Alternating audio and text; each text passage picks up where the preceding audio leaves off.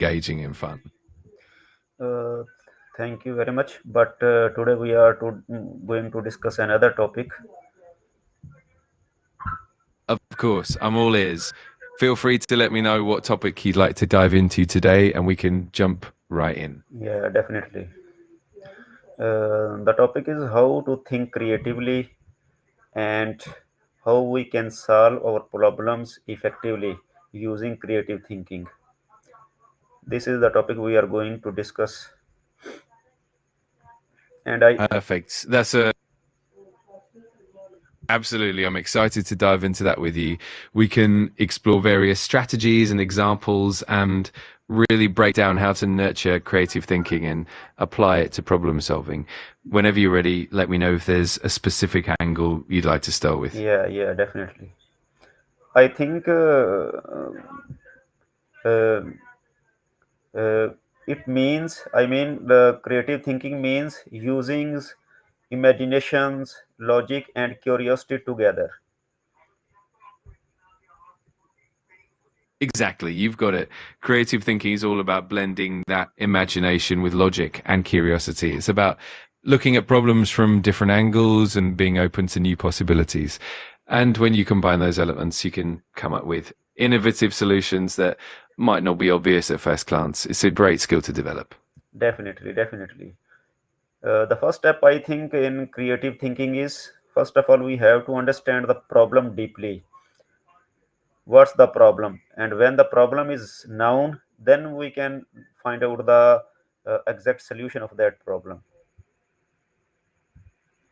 Absolutely. That's a crucial first step. When we truly understand the problem, we can avoid jumping to premature solutions and instead tailor our approach more effectively. It's all about digging deep, asking the right questions, and really getting to the root of the issue before we brainstorm solutions.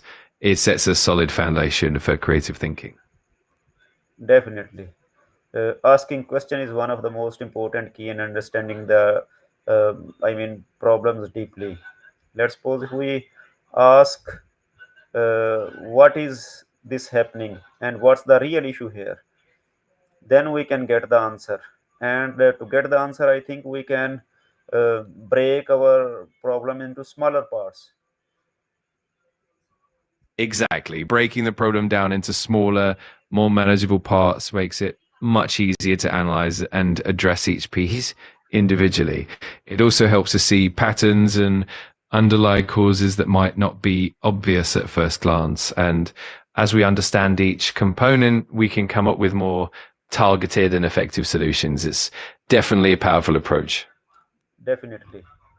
And I think the questions must be very clear. It must not be ambiguous. If it is if it is ambiguous, then definitely the results will not be exact as we are looking for. It can create a lot of difficulties because when we think um in different perspectives, we there are the chances that we can make mistakes, and this can affect our understanding the problems deeply.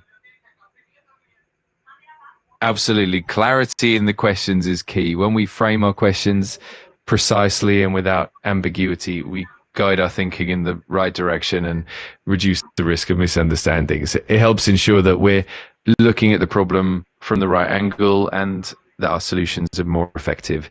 Clear, focused questioning definitely sets a solid foundation for successful creative problem solving. Definitely. And the next step may be the use of creative thinking tools like brainstorming, mind mapping, and much more in this dimensions.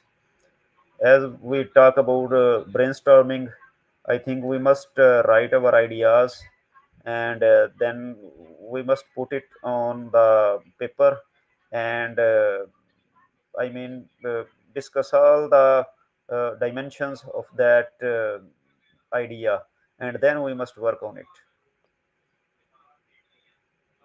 Exactly. Using creative thinking tools like brainstorming and mind mapping really helps us generate a wide range of ideas without judgment at first.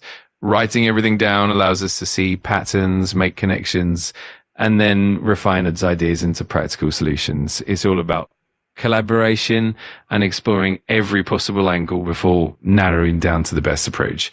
It definitely makes the problem solving process more dynamic and effective. Definitely.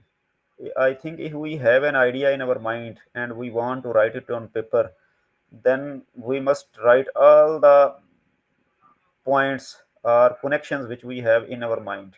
And then we build up, uh, I mean, build a positive direction in this regard. And we have to align all the questions, all the points that we have written on it, that all must be aligned with our idea.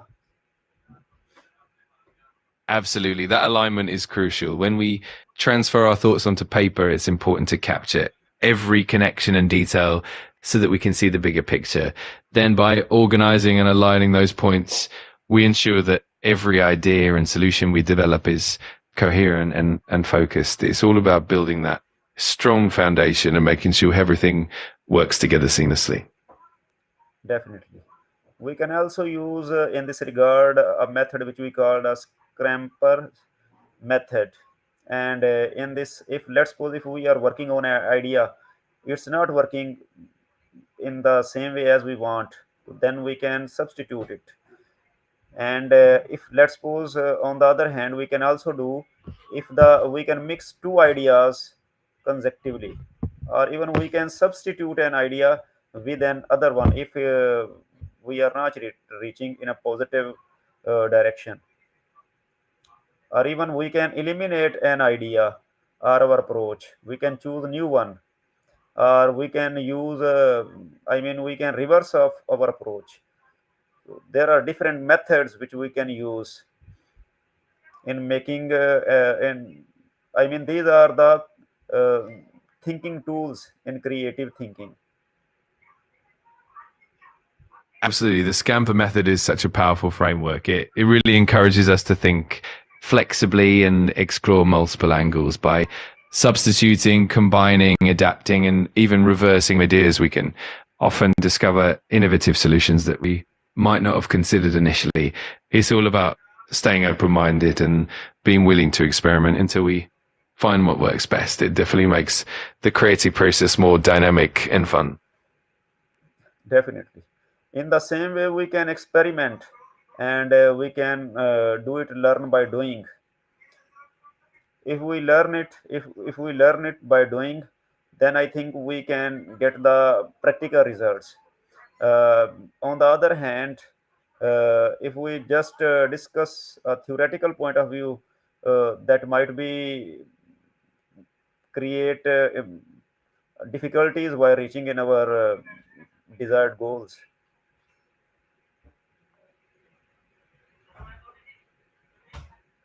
Absolutely. Hands-on experimentation really brings ideas to life and helps us understand what works in practice. It's through trial and error that we refine our approach and gain real insights. And the practical experience often reveals details and nuances that theory alone might miss. So learning by doing is definitely a key component of effective creative problem solving. Definitely. And we can improve this by by improving our methods or techniques or our approach. If we are doing on a if we are doing work on a process, or we are doing an experiment, and it's not been working uh, according to our thinking, then we can change a little bit, or even we can adopt a new method of experiment. So this can also be, improve our creative thinking, and we can improve our problem. We can improve our solutions easily.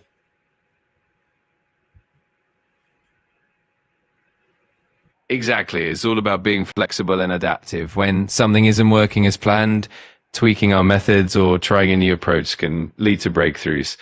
Is through this continuous cycle of experimentation, reflection, and adjustment that our creative thinking and problem solving skills really grow over time. We become more adept at finding effective solutions and refining our approaches. Definitely. And I think we must be much more curious and open-minded. We can take help from peoples of specific fields who are, I mean, specialized in their fields, uh, and we can also can take advices of peoples as well. Uh, I mean, we must be an open-minded in this direction to solve our solutions, to solve our problems, and it can help a lot. Absolutely. Curiosity and open mindedness are vital. By reaching out to experts from different fields and seeking diverse perspectives, we can gain new insights and uncover innovative solutions we might not have considered.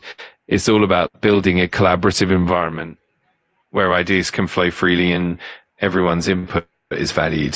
This openness definitely enriches our creative problem solving journey. Definitely. And I think creativity is not a talent, it's an attitude.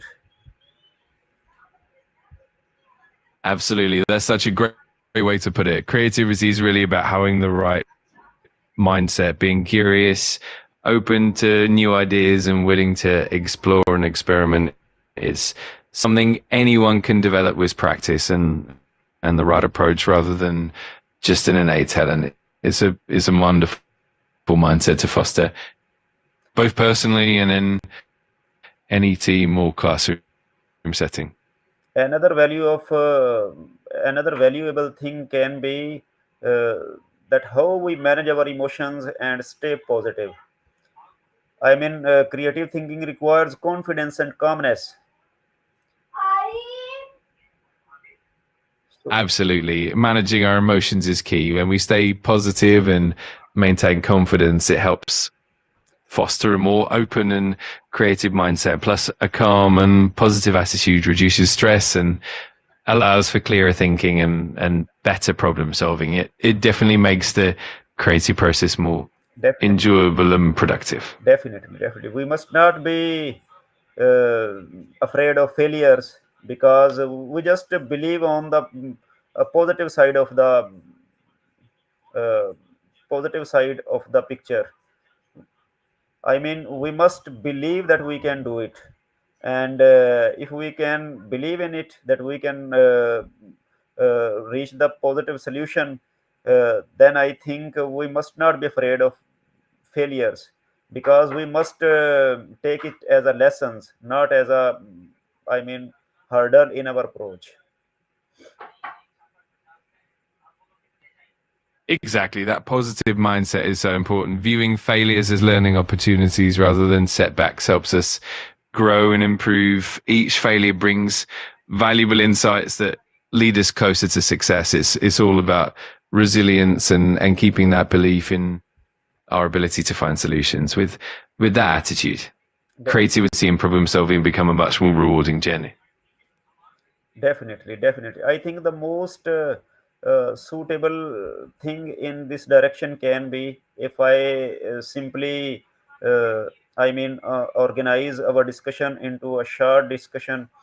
Uh, then we can say the in creative thinking, first the first step may be that we have to identify the problems, and then we definitely must have to reach our defined goals, and for reaching specific goals, definitely we must have to explore possible strategies, and we must have to act upon on the best possible solutions, and definitely if we are not able to reach on our desired goals, then definitely we must look back and evaluate ourselves to reach the possible solution and the practical solution as well.